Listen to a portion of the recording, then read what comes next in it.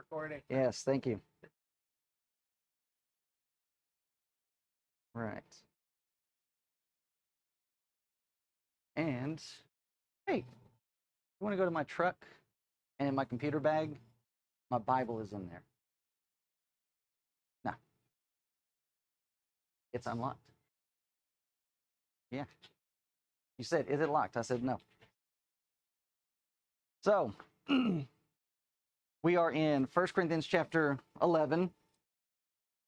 What have we been discussing? There are several different things that are going on, so there are several different answers folks are going to be able to give. When we're thinking about the overall section, we said in chapter 6 through chapter 11, we're looking at what topic of discussion?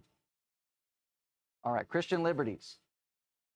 In this chapter, what in particular are we discussing when it comes to this matter of liberty? Now, so let me back up a step.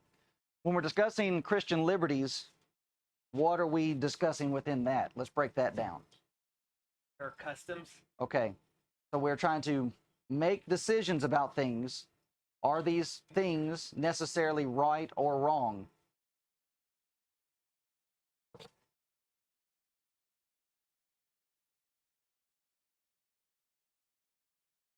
Okay, so we're looking at some material, some things that we're going to have to make decisions on, and they're not sinful. The things that we're trying to make decisions about, they're not inherently sinful. Chapter 6 starts with the situation of taking your brother to court and trying to settle matters inside of the Lord's church. Paul gives them a stern rebuke and says that the things that they're involved in are in fact shameful, that they are taking their brethren to court before individuals that are non-believers, and they're dealing with matters that are ultimately really small that the church ought to be able to handle. Moving forward into chapter 7, into chapter 8, 9, 10, we're looking at matters of eating meat, whether Paul should be paid or not, and we're looking at the reasons as to why these different decisions are being made. As Jamie said, it's because in chapter 8, Paul is giving us the regulation that we're to have a love and concern for our brethren, that is to go above what our liberties are. Is it wrong to eat meat? No, it's not. But if there is an individual and they see that as a sinful thing, then I need to abstain from eating meat. I need to withhold my liberty. So the knowledge that we have would show us and tell us that, okay, eating meat is fine. I still need to respect and be aware of this weaker individual, this weaker brother. Chapter 9, in dealing with the subject of Paul receiving payment. If he wants to receive payment, it's perfectly fine, but he chose not to, based upon what regulation? He said, I refuse being paid. Why? Not hinder the gospel. Okay, so there's another regulation. I'm not wanting to do anything that would cause the influence of the message that I'm trying to present from being able to go out. Into chapter 10, going back to the subject of eating meats, but we're looking at it from a different standpoint. Well, if we can go to the marketplace and buy the meat, then let's just go to the temple and eat the meat there. No, you can't do that, because that's you being brought together in fellowship with something that you have no business being brought into fellowship with. So then to chapter 11, in still dealing with these areas of liberties, can we now see why this would in fact be an issue inside of the Church of Corinth? The Church of Corinth has not the Church of Corinth, but Corinth has a custom that women are to wear a veil and to keep their head covered. The reason for that is it's a sign of submission and respect to their husbands. Now, can you not see how sisters inside of the church would look at that custom and now say, well, we have this liberty inside of Christ to where we do not have to observe this custom anymore. So now we have another regulation. If our liberties, Paul is going to get, we've already addressed it, Paul's going to get down to verse 16. He's going to say, if any man seem to be contentious, we have no such custom in the churches. You go to other places, Ephesus, Galatia, Thessalonica, this is not an issue inside of those congregations. It is a custom, and that is going to regulate what our liberty is. Well, I'm inside of Christ. I don't necessarily have to wear a veil. That's right. But if you're in a place and they look at that as being an association with something else and views you as being rebellious, then what do you need to do with your liberty? You need to withhold it and not act upon it. So, we were going through this material and we were trying to establish that it's not just about the head covering. What is this really about? To authority. All right, submitting to authority. How is it that Paul goes through to establish that this is the principle that we're working with? He says, follow the ordinances as I've given them to you. What was the ordinance? Verses 1 through 3.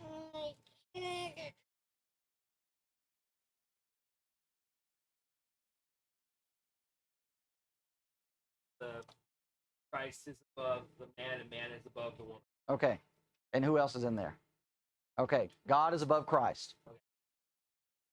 That's the ordinance. And he's using that to further establish to these brethren in Corinth, this is what you're recognizing. This is what you are showing. This is what the individuals at Corinth, what they're going to recognize with you going about and being involved in this. So let's move on to verse 4. Paul states, every man praying or prophesying having his head covered dishonoreth his head. Now, this could be his hair, as we mentioned, as well as another covering. Because Paul is going to jump back and forth between the two. He's going to be talking about a woman's hair being shorn or being shaven. Or he's going to be mentioning about a veil and that specifically. Now, when we're referencing the fact that this man dishonoreth his head, what is his head in this context? Okay, very good. We're not talking about his literal head. I'm not bringing dishonor on myself. But it is, in fact, dishonoring the one that is above me. I would have you know that the head of every man is Christ. We've got to keep up with our terms. We've got to keep up with what our topics are. So that when we get down here to verse 4, it's the same thing. The head of every man is Christ. A man that prays or prophesies having his head covered dishonoreth his head. Now, why is that?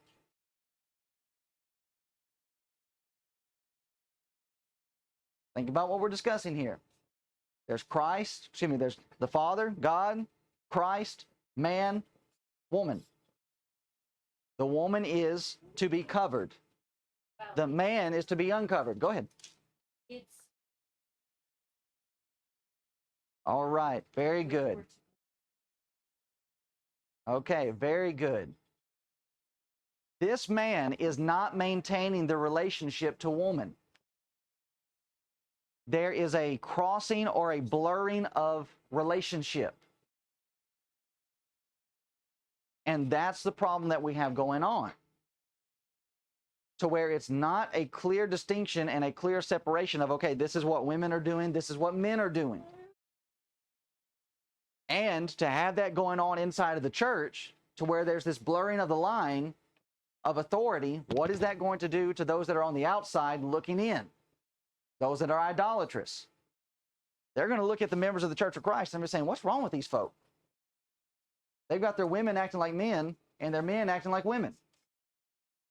Now, does this not have a whole lot of application for what we're dealing with and struggling with today? That in fact, there are clear distinctions to being made between the different classes, between the two sexes. Because of this relationship of man and woman, a man was not to pray or prophesy with his head covered. Distinction between the two and the distinction of authority. That's what's wrong with it. Now, we're looking at this from their standpoint. Let's put it into, our terms today. When it comes to a man praying, and let's say that he's got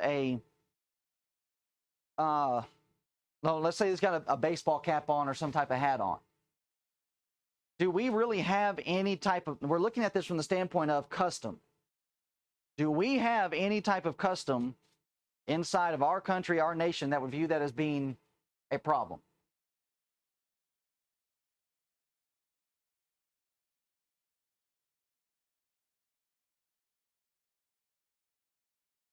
Well, it used to be the case that there would be.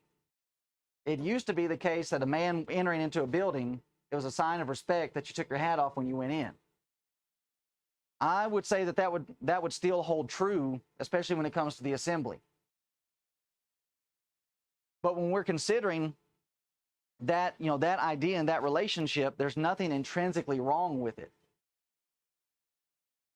There would be nothing wrong with if we are having a prayer right quick or whatever, and I had a hat on and I forgot to take it off. That is not going to keep my prayer from going anywhere.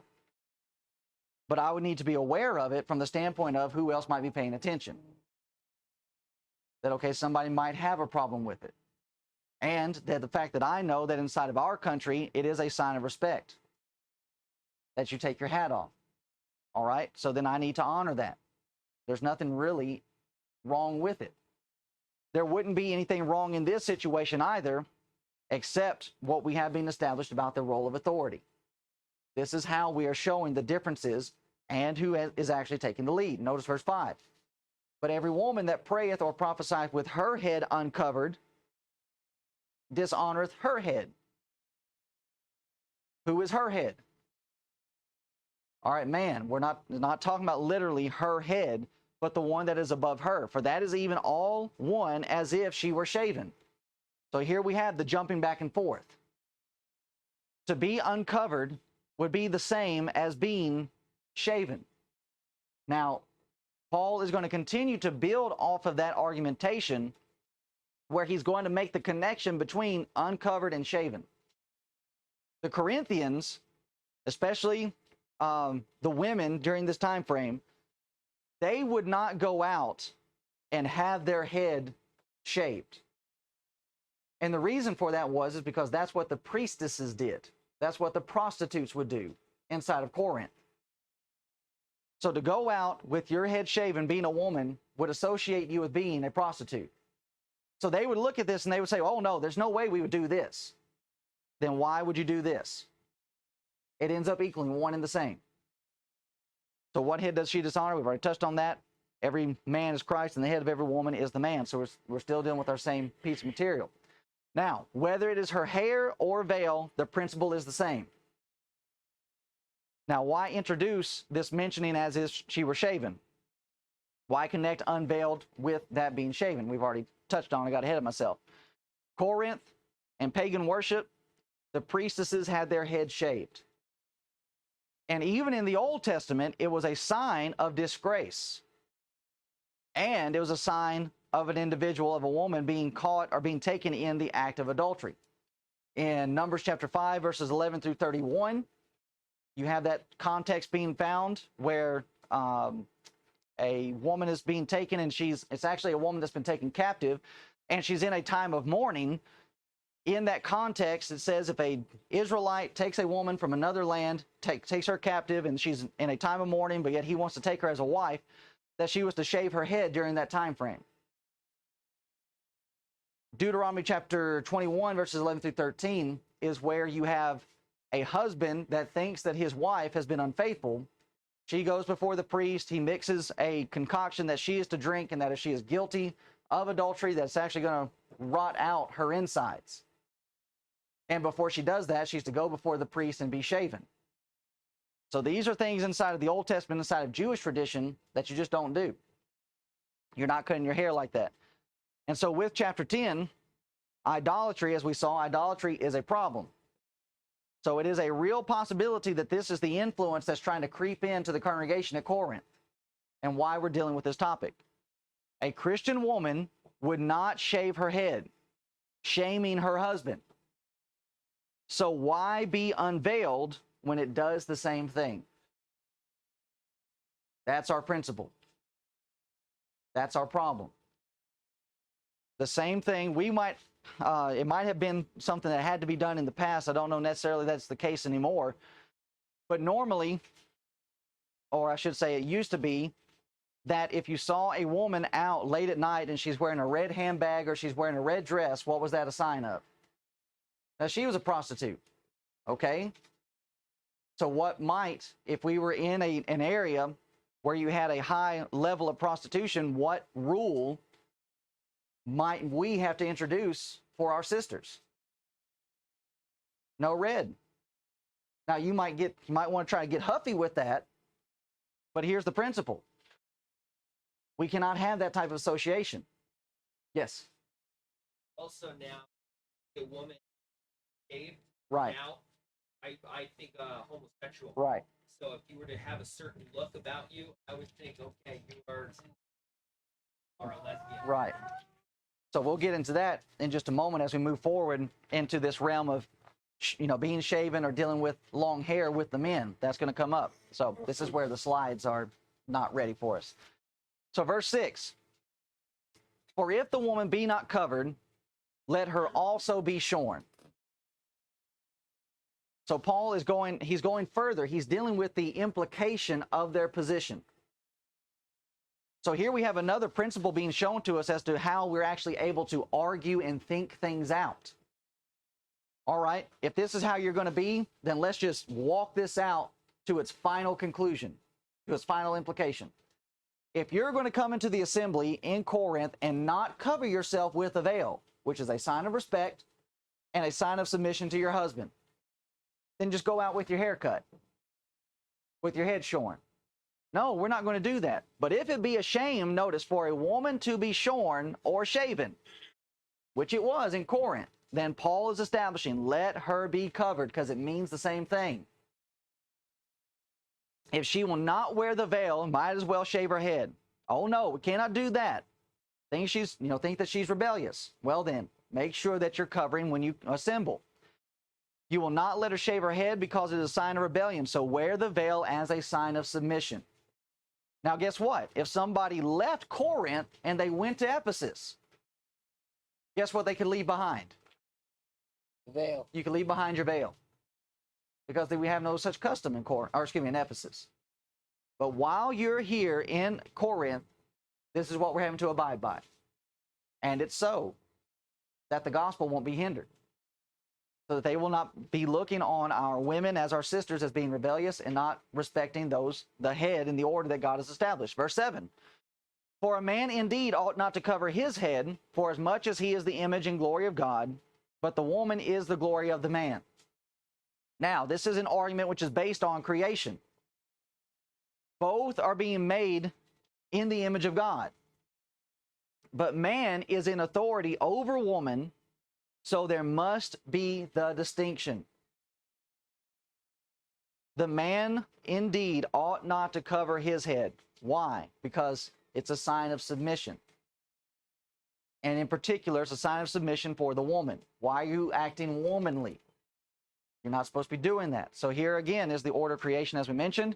It's also going to be the order in the church. For the man is not of the woman, but the woman of the man. Neither was the man created for the woman, but the woman for the man. So Paul is establishing even further, this is the way that it was from creation. Eve was created for Adam. And that plays a role in their relationship. In the matter of authority, the matter of submission, in the assembly, and also in marriage, as we're taught in Ephesians chapter 5. Notice 1 Corinthians 11, verse 10. For this cause ought the woman to have power on her head because of the angels. Now, a lot of folks want to get really trippy through this section. Part of it is because there's a false doctrine going around that finds its origins in Genesis chapter 6 when it talks about the sons of men going out and having relations with the daughters of men. And that individuals want to take that interpretation as the sons of God talking about angels. That's impossible. We're not talking about angels in heaven looking at women in the congregation uncovered and wanting to come down and have relations with them. That's impossible because Jesus said that that's not what goes on in the heavenly realm.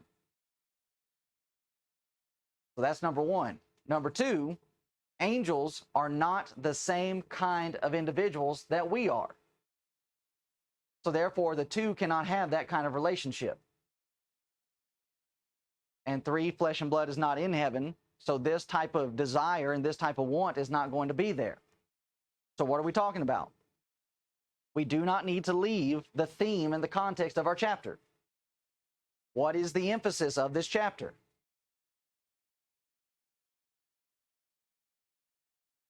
Authority and submission.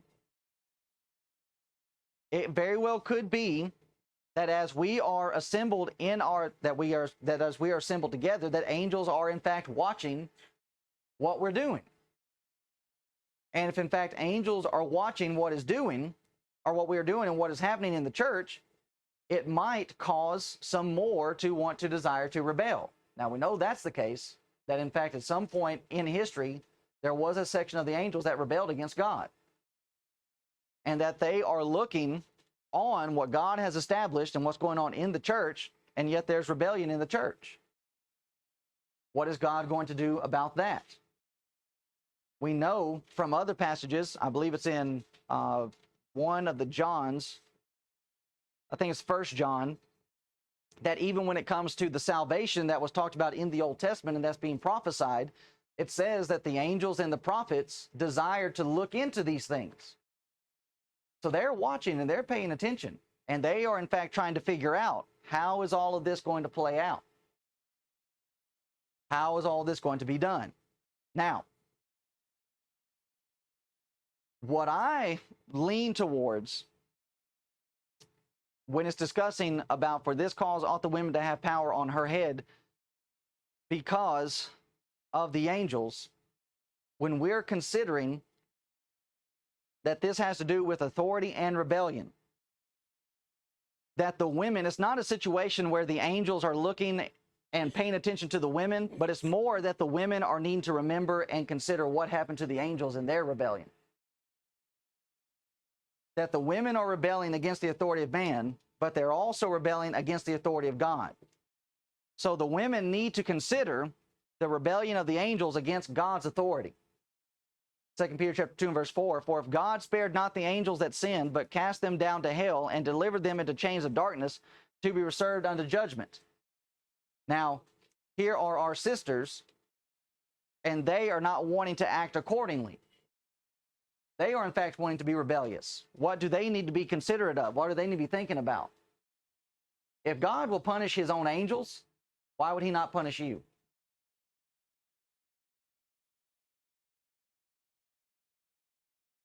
Verse 11, nevertheless, neither is the man without the woman, neither the woman without the man in the Lord. God ordained a place for both of us. There is a need for both of us. Ephesians chapter 5, verse 22, we're being told, wives, submit yourselves unto your own husbands as unto the Lord. Now, this is an important point to consider when we're thinking about what women are allowed to do and what they're not allowed to do. Does a woman have the responsibility to submit herself to every man? No, she does not. The Bible clearly teaches that a wife is to submit herself to her own husband. So what about a sister inside of the congregation who wants to bring some rebuke to a brother? She can. And that brother cannot stand up and be like, hey, you got to be in submission. She's not your wife. And you should not be trying to take the authority over another sister like that. All that is a power play. Ephesians chapter 5, verse 25, here are our roles and our respected responsibilities. Wives, submit yourselves to your husbands. Husbands, love your wives, even as Christ also loved the church and gave himself for it. We need both so as to make a home. We need both so as to make the congregation and be able to make it work. Verse 12, for as the woman is of the man, even so is the man also by the woman, but all things of God. Again, we're just trying to recognize God's arrangement.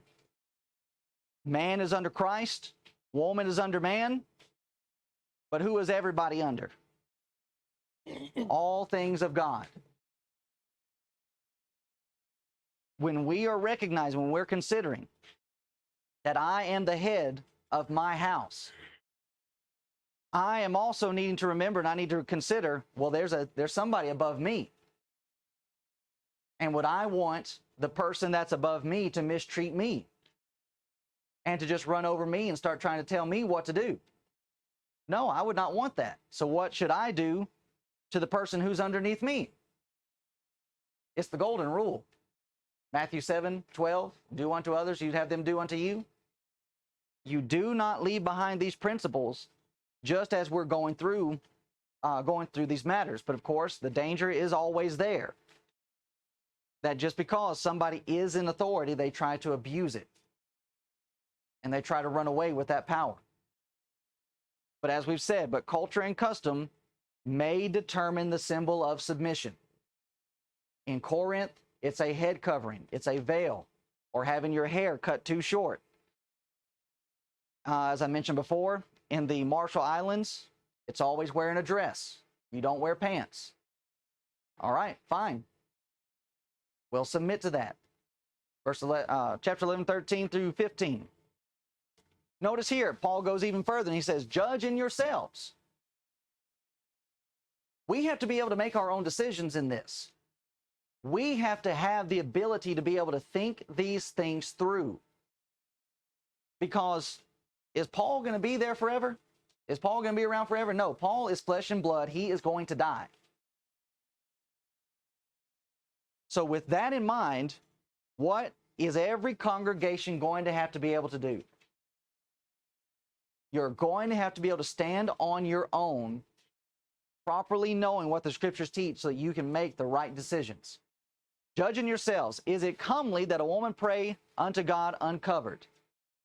Doth not even nature itself teach you that if a man have long hair, it is a shame unto him, but if a woman have long hair, it is a glory to her, for her hair is given her for a covering.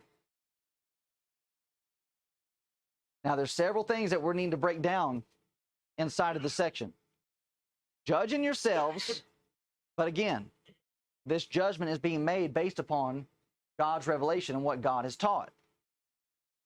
Is it comely that a woman pray unto God uncovered? In Corinth, no, it was not. Notice verse 14, doth not even nature itself teach you that if a man have long hair, it is a shame unto him? This is an important verse because of this word, nature. When we are discussing nature here in 1 Corinthians chapter 11, verse 14, are we talking about something that is just innate, built inside of us? Notice the context. Is it just something that's built inside of us that we know that if a man have long hair, it's a shame unto him? If we were just out here in nature, what's going to happen?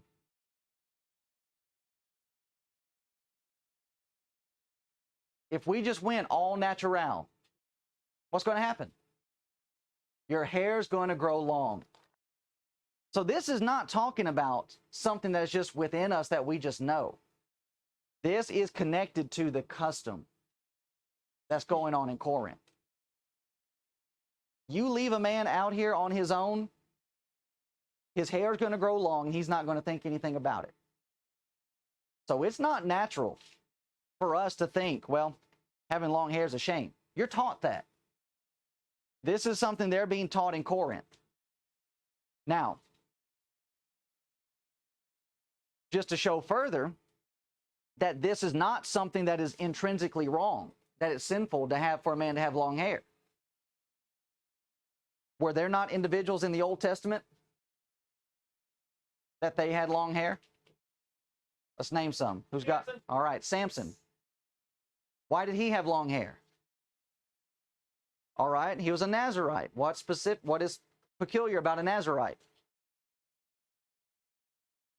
All right, God said specifically of a person that takes a Nazarite vow that no razor is going to come on their hair.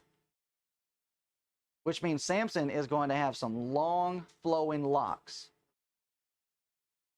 Another one would be Absalom.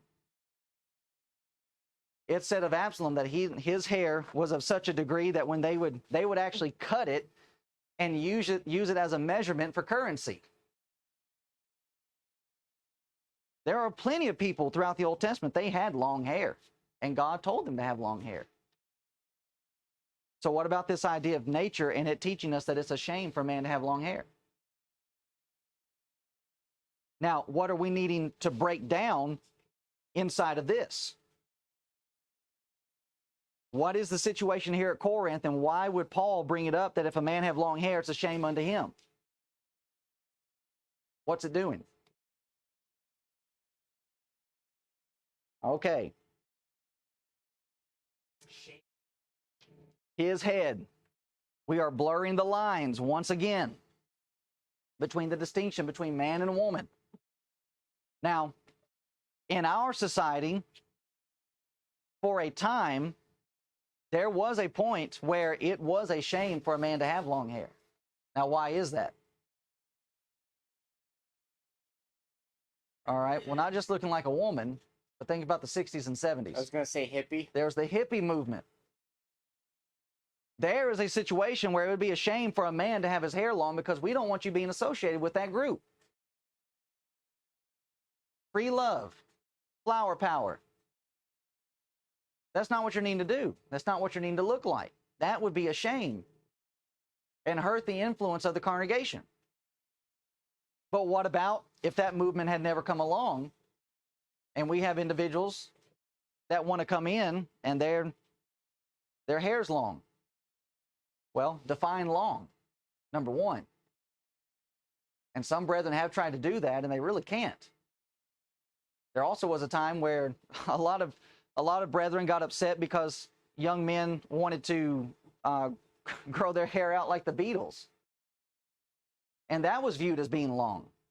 Well, in our day and age, that's normal. The difference is can I tell the difference between you and a woman?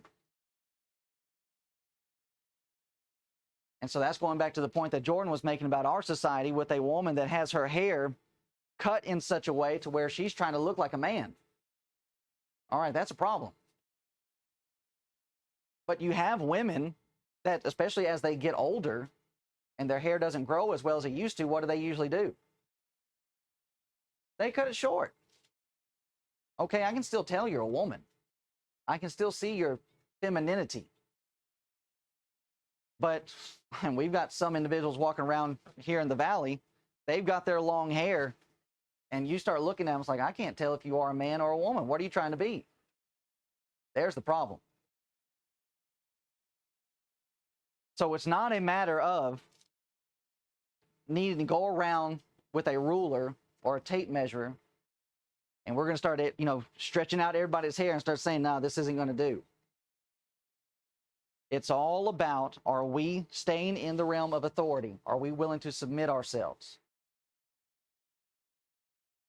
And are we staying away from things that would, in fact, be viewed as being shameful inside of our customs and society? Because there are plenty of individuals throughout the scriptures, Old Testament especially, that they would have been having long hair. So not only that, Paul is writing this letter to the brethren at Corinth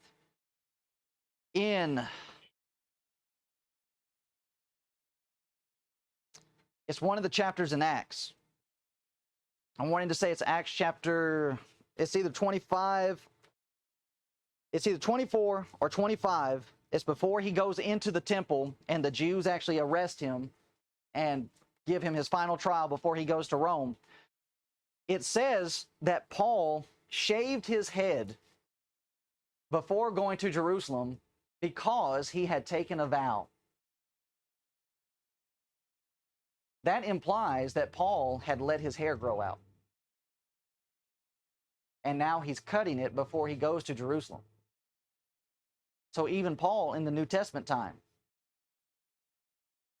or maybe I'm getting it mixed up and maybe he's cutting it before he goes to Corinth. I can't remember. But if somebody wants to look up on that and check me on it, I know there is a section where Paul takes a vow and he cuts his hair and it says because he had taken a vow. which means he would have let his hair grow out longer than what he normally would.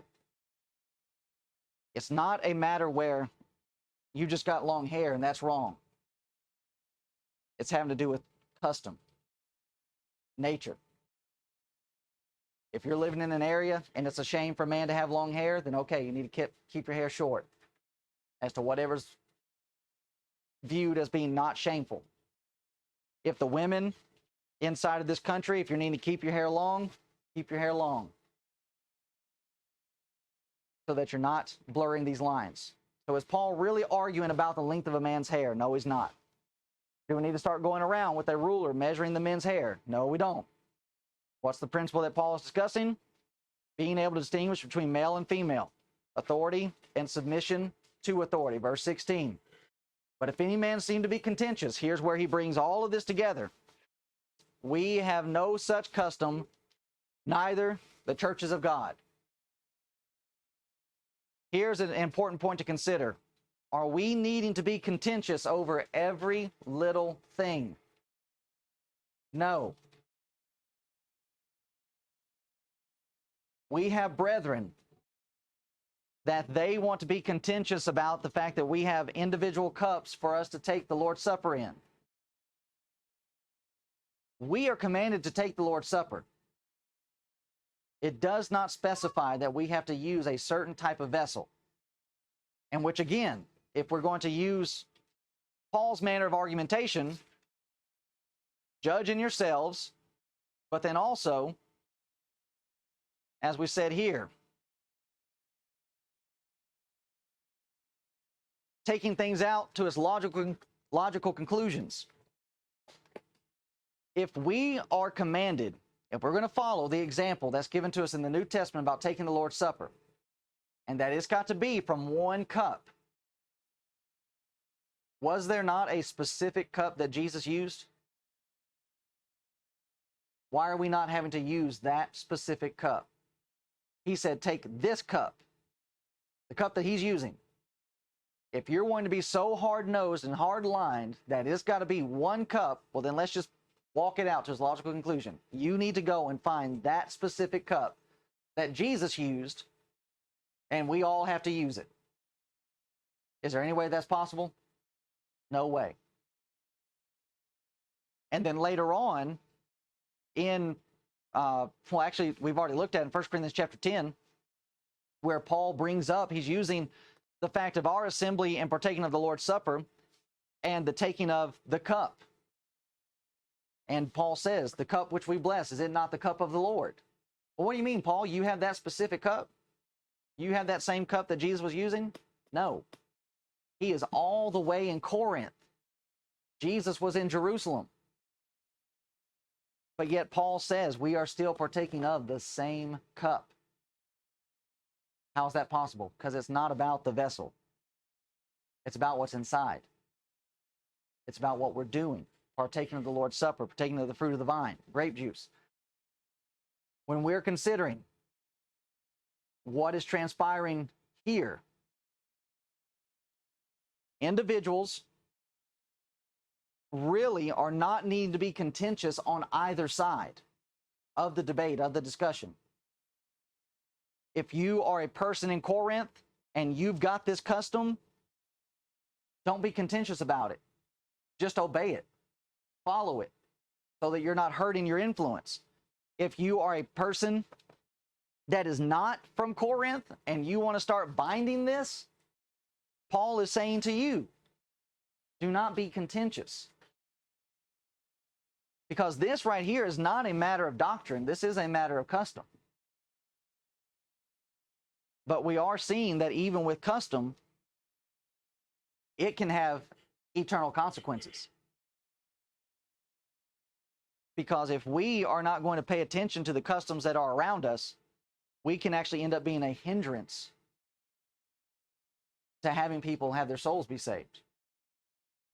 And so that goes back to 1 Corinthians chapter 8, where Paul says that if you so sin against a brother to where you cause him to be offended, you have sinned against Christ. I will be held responsible. for the fact that that individual is going to fall away. Their blood is going to be on my hands. So we need to be careful. We need to be paying attention with the things that we do and how we go about in doing them. So that ends verse 16, and that ends this section of chapter 11. Now, Paul is about to go on and move into the discussion of the Lord's Supper, which is going to be a very good discussion for us to go through, because it is further dealing with a situation of liberty, something that they're choosing to do, and how they are allowing that to actually disrupt and break up the unity that they're supposed to have. And it is showing further how important unity is when it comes to our involvement with the Lord's Supper. That in fact, if there is division that's going on inside the Lord's body, it's impossible for us to be brought together and come around the Lord's table and partake of it properly. So, any questions, thoughts, comments? Closing out the head covering section, which is actually just an authority section. All right. If there's nothing, then we'll take a short little break and rearrange some things.